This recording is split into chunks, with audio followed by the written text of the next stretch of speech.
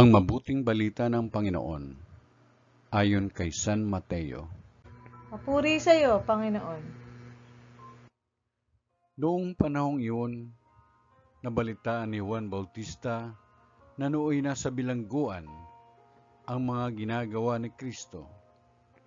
Kaya't nagsugo si Juan ng kanyang mga alagad at ipinatanong sa kanya, "Kayo po ba ang ipinangakong paririto o maghihintay pa kami ng iba?" Sumagot si Jesus, "Bumalik kayo kay Juan at sabihin sa kanya ang inyong narinig at nakita.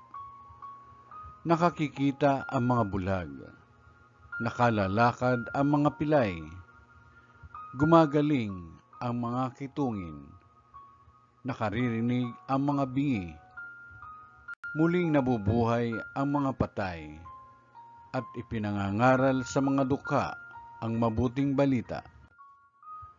Mapalad ang taong hindi nag-aalinlangan sa akin." Pag-alis ng mga alagad ni Juan, nagsalita si Jesus sa mga tao tungkol kay Juan. "Bakit kayo lumabas sa ilang? Anong ibig ninyong makita? Isa bang tambo na inuugoy ng hangin? Ano nga ang ibig ninyong makita? Isang taong may maringal na kasuotan. Ang mga nagdaramit ng maringal ay nasa palasyo ng mga hari. Ano nga ba ang ibig ninyong makita? Isang propeta? Oo, at sinasabi ko sa inyo, higit pa sa propeta.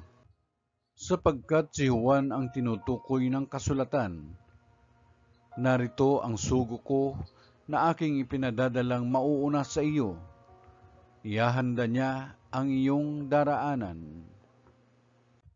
Sinasabi ko sa inyo, sa mga isinilang, wala pang lumilitaw na higit na dakila kay Juan Bautista. Ngunit ang pinakaaba sa mga taong pinaghaharian ng Diyos at dakila kaysa kanya. Ang mabuting balita ng Panginoon. Pinupuri ka namin, Panginoong Jesucristo.